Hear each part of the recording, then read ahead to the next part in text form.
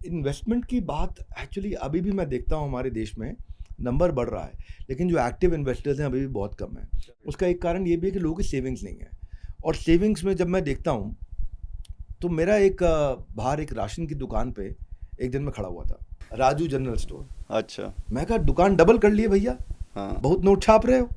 तो कहता है कि नहीं नहीं भैया, अभी तो 27 तारीख है, परेशान चल रहे हैं। मैंने क्यों? कह रहे सारा का सारा माल 1 तारीख से 10 तारीख में बिक जाता है, उसके बाद फिर 20 तारीख से 30 तारीख हमारी सेल्स डाउन रहती है पूरा महीना। उस दिन मेरे को रियलाइज हुआ कि आज मैंने कई लोगों को देखा है कि महीना आधा खत्म होती है उनकी सैलरी पूरी खत्म हो जाती है, नंबर वन। उधार उनका आधार बन जाता है, और मंथ एंड पे सैलरी कैसे वेट करते हैं, जैसे मतलब समझो आप धर्म पत्नी करवा चौथ पे चांद का जैसे वेट कर रही हो।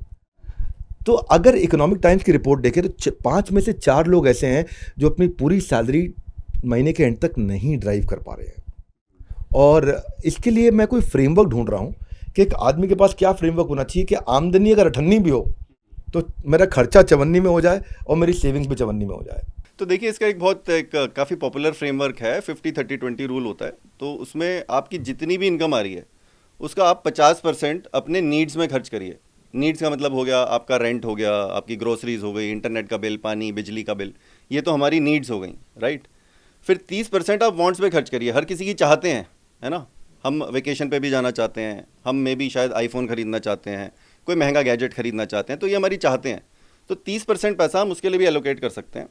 और बाकी का जो 20% है वो हमें सेव करना और इन्वेस्ट करना बहुत ज़रूरी है। अदरवाइज़ जो आप बात कर रहे हैं ना कि भाई 20 दिन उसको पता नहीं है करना क्या है, तो वो जो 20% है ना वो उसके लिए ही काम आएगा। और यहाँ पे इनफैक्ट मैं एक चीज़ और बोलता हूँ, काफ़ी लोग पॉपुलर इन्वेस्टर्स भी बोलते हैं, रॉबर्ट कियोसाकी इसके बारे में बात करते हैं, that we should always pay our sales first, which means normally लोग क्या करते हैं कि income minus expenses is savings. हाँ, होना चाहिए income minus saving is expensive. Absolutely. इसको आप फ्लिप कर दीजिए। आप पहले वो जो 20% पैसा है ना उसको अलग कर दीजिए। आपकी 1 लाख की इनकम है, 20,000 रुपये एकदम अलग कर दीजिए, एकदम चाहे अकाउंट ही अलग बना दीजिए। वो पैसा वहाँ चला गया और it will help you in the rainy days, and actually it will help you in making your retirement better. आपके फ्यूचर गोल्स मीट हो पाएंगे उससे। और उस पैसे को इन्वेस्ट ज़रूर कीजिए। अदरवाइज़ अगर आपने बैंक में डाल के रख दिया तो वो इन्फ्लेशन उसको खा जाएगा, महंगाई उसको खा जाएगी, है ना। 5-6% की हमारी महंगाई होती है, तो पैसे की वैल्यू कम हो जाएगी।